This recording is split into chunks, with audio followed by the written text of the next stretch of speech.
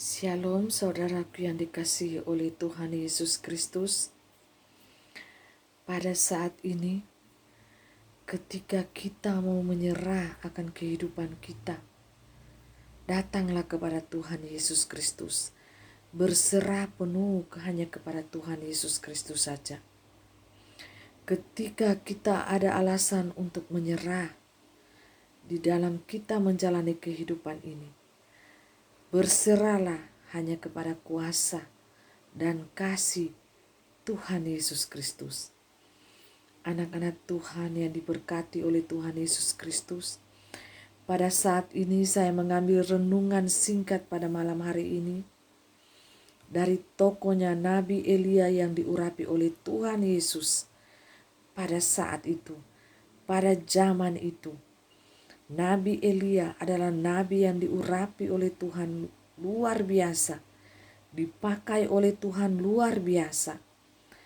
Siapakah Nabi Elia ini? Dia hanyalah manusia biasa sama seperti kita. Dia merasakan ketakutan. Dia merasakan putus asa. Dia takut manakala Ratu Isabel pada saat itu mengancam dia, ingin mencabut nyawanya ketika dia membunuh para Baal pada saat itu. Penyembah-penyembah berhala.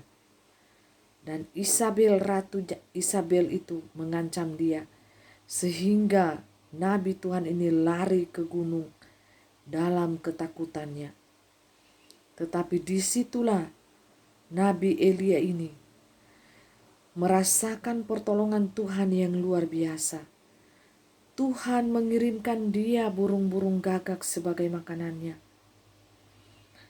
Tuhan mendatangi Nabi Elia ini dengan malaikatnya, menolong nabi yang diutusnya ini, memberkati hidupnya, memulihkan keadaan fisik dan mental daripada Nabi Elia ini.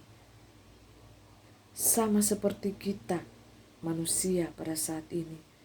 Jikalau kita ada di dalam dimensinya Allah, kita adalah pribadi-pribadi yang telah menyenangkan hati Tuhan, maka pertolongan Tuhan itu akan datang kepada diri kita tepat pada waktu Tuhan, bukan waktu kita. Siapa Nabi Elia ini yang bisa menurunkan hujan pada saat itu? Meminta hujan turun, maka hujan pun turun.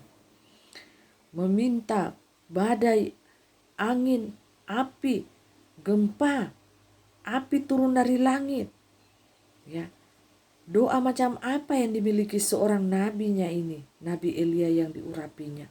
Ada apa seorang manusia biasa yang mempunyai doa yang luar biasa berkuasa, dahsyat luar biasa? Dialah Nabi Elia, nabi yang diurapi oleh Tuhan. Dia menjalin hubungan dengan Tuhan sangat dekat, sangat intim. Sehingga apapun yang dia minta di dalam doanya, maka doa itu akan dikabulkan oleh Tuhan. Itulah unik, indah, berkuasanya anak-anak Tuhan. Jikalau kita memiliki iman saja sebesar biji sesawi, maka kita akan berkata kepada gunung itu, "Hai gunung, pindahlah engkau dari tempatnya." Maka gunung itu pun akan berpindah. Itulah iman anak-anak Tuhan yang ekselen. Jikalau kita meminta segala sesuatu, hal yang di luar nalar logika kita manusia, maka itulah yang akan terjadi di dalam diri kita. Itulah iman sebelum terjadi. Tetapi kita telah melihat dengan mata hati iman kita. Itu terjadi ya dan amin. Maka itu akan terjadi kepada diri saya dan kepada diri Anda. Seperti yang terjadi kepada hambanya, Nabi Tuhan yang sangat diurapi oleh Tuhan, yaitu Elia. Walaupun dia memiliki rasa ketakutan, rasa putus asa ingin mati pada saat itu, Tuhan ambillah nyawaku. Sama seperti kita manusia. Sama seperti saya yang saya alami. Jikalau saya dalam keadaan tekanan, penyiksaan, penderitaan yang luar biasa yang tidak bisa kita tanggulangi dengan tubuh jasmani kita, dengan hati kita, maka kita akan berteriak kepada Tuhan. Roh kita ini, Tuhan cabutlah nyawaku, ambillah nyawaku. Karena apa? Karena kita telah merasakan betapa senangnya, betapa enaknya dekat dengan Tuhan. Betapa indahnya bahagia dan sukacitanya kita jikalau kita ada di dalam genggaman Tuhan, di dalam dekapan cinta kasih Tuhan itu. Kita tidak akan tahan secara manusia ini. Kelemahan tubuh kita, kelemahan jiwa kita, roh kita manakala kita menghadapi tekanan hidup. Penyiksaan, penderitaan yang kita alami, maka kita akan minta mati, putus asa. Itu biasa, wajar. Manusia itu mengalami stres, depresi, putus asa. Itu manusia, karena manusia ini lemah, sangat lemah. Dan Tuhan tahu kalau manusia itu ciptaannya itu sangat lemah. Dia tahu kelemahan fisik kita, kelemahan jiwa kita, roh kita. Tuhan tahu dan Tuhan bisa merasakan akan penderitaan kita, akan beban hidup kita, kelemahan tubuh kita, fisik kita. Tuhan bisa merasakan apabila kita melibatkan Tuhan menjadi nahkoda hidup kita. Yang mengemudi hidup kita ini adalah Tuhan. Yang mengambil alih seluruh kehidupan kita ini. Hati, pikiran, jiwa kita ini adalah Tuhan. Makanya dari itu serahkan semuanya kepada Tuhan. Dan biarlah Dia yang mengambil alih seluruh aspek kehidupan kita anak-anak Tuhan. Bapak, Ibu, Saudaraku yang dikasihi oleh Tuhan Yesus Kristus, marilah kita selalu berserah kepada Tuhan. Dan fokus kita hanya kepada Tuhan saja. Bukan kepada masalah kita, bukan kepada pergumulan kita, bukan kepada penderitaan hidup kita. Tetapi biarlah kita bersukacita terus di dalam Tuhan, di dalam kuasa Tuhan, di dalam kasih Tuhan. Maka kita akan melihat hal-hal yang dahsyat, hal-hal yang luar biasa yang Tuhan buat bagi kita anak-anaknya. Itu pun yang sudah saya alami. Tuhan itu dahsyat, Tuhan luar biasa. Manakala saya mengangkat tangan, Tuhan saya tidak mampu. Tuhan ini saya hamba-Mu. Ulurkanlah kuasa-Mu. Mujizat-Mu terjadi pada diriku. Dan itu terjadi ya dan amin. Iman kitalah yang berbicara. Pada saat genting-genting kehidupan kita ini, langkah-langkah hidup kita terasa sangat sulit, terasa sangat susah, dan ada keputusasaan di dalamnya. Tetapi disitulah kita melihat mujizat Allah itu terjadi bagi kita anak-anaknya. Sungguh masih nyata Roh Kudus itu berbicara senantiasa kepada anak-anaknya. Mujizat Tuhan itu terjadi ya dan amin menurut iman kita anak-anak Tuhan. Kita harus berserah penuh kepada Tuhan. Kita harus berpengharapan penuh kepada kuasa Tuhan itu. Jangan sampai kita menjadi lemah dan berputus asa. Tetapi manakala putus asa itu datang di dalam diri kita, umat manusia, maka panggillah nama Yeshua HaMashiach Elohim. Tuhan Yesus Kristus, Dialah Allah yang sanggup memberikan jalan keluar yang terbaik bagi kita umat manusia.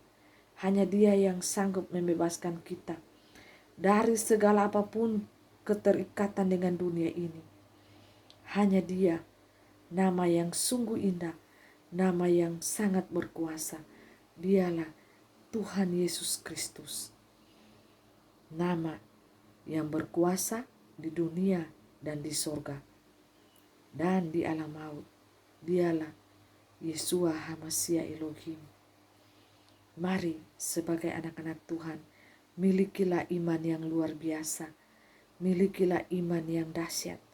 Walaupun kita menderita di tengah-tengah dunia ini, di dalam tekanankah, di dalam sakit penyakitkah, di dalam masalah pergumulan hidupkah, di dalam masalah keluargakah. Tuhan akan memulihkan semuanya bagi kita. Asal kita mau taat, sungguh-sungguh percaya, beriman hanya kepada Tuhan Yesus saja. Mari buktikan iman kita di hadapan Tuhan. Apakah kita telah menjadi anak-anak Tuhan, mempelai Kristus yang ekselen, yang tulus, yang rendah hati di hadapan Tuhan. Mari kita koreksi diri kita, hati kita. Kita mengambil contoh tokoh Elia ini, tokoh yang luar biasa, manusia biasa yang memiliki doa yang luar biasa. Manusia biasa yang bisa meminta apa saja di hadapan Tuhan dan Tuhan mengabulkan doa-doanya. Mari jalin hubungan yang intim, yang erat, yang indah dengan Tuhan. Seperti pohon dicangkok, kita tidak bisa melepaskan diri dari pohon itu, yaitu pohon kehidupan, Yesus Kristus itu. Kita harus melekat terus kepada pohon kehidupan itu. Pohon yang memberikan keselamatan kepada kita. Dialah Yeshua HaMashiach Elohim. Kita jalin hubungan yang indah, yang intim dengan Dia, yang tanpa orang lain tahu. Mari anak-anak Tuhan yang kekasih, selagi masih ada kesempatan kepada kita, kita jalin hubungan yang indah dengan Tuhan. Maka setiap doa kita menjadi doa yang luar biasa di hadapan Tuhan. Walaupun kita manusia biasa, tetapi kita memiliki doa yang luar biasa dahsyat. Haleluya, terpuji-pujilah nama Tuhan. Biarlah kita selalu fokus hanya kepada Tuhan. Arahkanlah pandangan kita kepada Tuhan dan bukan kepada dunia ini. Jikalau kita mengharapkan melihat 1000%, 100% pandangan kita kepada dunia ini, maka kita akan mendapatkan tangisan dan air mata. Mari kita fokus pandangan kita kepada Sang Ilahi itu, Juru Selamat dunia, penebus dosa kita manusia. Siapa Dia? Yeshua HaMashiach Elohim. Kita fokus kepada Dia, kita akan mendapatkan damai, sukacita yang luar biasa, pertolongan yang dahsyat. Ada mujizat di sana, ada penghiburan, sukacita yang berlimpah-limpah hanya di dalam nama, kuasa, darah Yesus Kristus. Mari anak-anak Tuhan, saya mengajak kepada kita, jalinlah hubungan yang indah, yang intim dengan Tuhan. Supaya apa? Supaya kita bisa masuk dalam kerajaan surganya yang kekal. Kita terima anugerah pembebasan dosa itu. Kita terima anugerah penyelamatan yang daripada Allah itu 2000 tahun yang lalu. Allah telah berkorban untuk menebus dosa kita. Terima itu dengan iman kita. Jangan sampai terlambat. Jangan sampai kita menyesali diri kita manakala kita telah berpindah ke alam lain. Kita menyesali diri kita, kenapa saya berada di api ini. Mengapa? Padahal anugerah Tuhan itu, Allah itu gratis kepada kita. Penebusan dosa yang Allah berikan kepada umat manusia yang dikasihinya adalah gratis. Mahal tapi tidak murahan. Gratis tapi tidak murahan Bapak Ibu. Dia sangat mahal. Tercurah darahnya di atas Kalvari di kayu salib. Itu penebusan yang sangat mahal.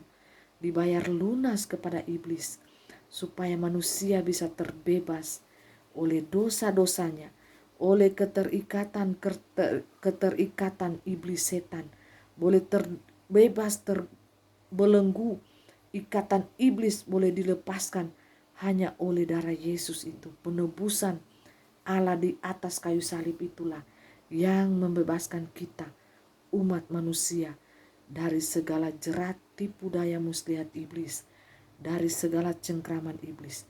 Percayalah kepada firman Tuhan, kepada perkataan-perkataan firman Tuhan. Karena itulah yang akan menyegarkan jiwamu, yang akan menyelamatkan rohmu di alam kekekalan. Percayalah Bapak Ibu Saudaraku yang dikasihi Tuhan, anak-anak Tuhan, umat manusia di seluruh muka bumi ini, percayalah kepada satu nama itu. Jangan sampai kita menyesal nantinya apabila kita telah berpulang ke alam lain, ke alam keabadian. Kita mendapati diri kita sangat siksa dan sengsara di sana. Bertobatlah kita dari saat ini, karena pintu anugerah Allah itu masih terbuka. Jangan sampai pintu anugerah Allah itu tertutup, maka tidak ada lagi kesempatan bagi kita, dan kita akan berlinang air mata. Kita akan meratapi ada tangisan dan gertak gigi di sana. Tapi marilah kita bersama-sama untuk menyembah memuji Tuhan di dalam kerajaan surganya yang kekal. Haleluya, terpujilah nama Tuhan. Biarlah renungan yang indah ini menjadi renungan bagi kita masing-masing pribadi kita untuk selalu mendekatkan diri kepada Tuhan. Hati kita melekat kepada Tuhan dan kita bisa berkomunikasi, menjalin hubungan yang indah, yang intim dengan kuasa Roh Kudus itu, Roh kebenaran. Terpuji-pujilah Allah di tempat yang maha tinggi. Jadikanlah diri kita, pribadi kita, menjadi pribadi yang memiliki kerendahan hati, yang mempunyai hati yang tulus untuk melayani Tuhan dan melayani sesama kita. Haleluya, haleluya, haleluya. Tuhan Yesus memberkati kita saat ini dan sampai selama-lamanya, baik itu berkat rohani maupun berkat jasmani. Haleluya, amin.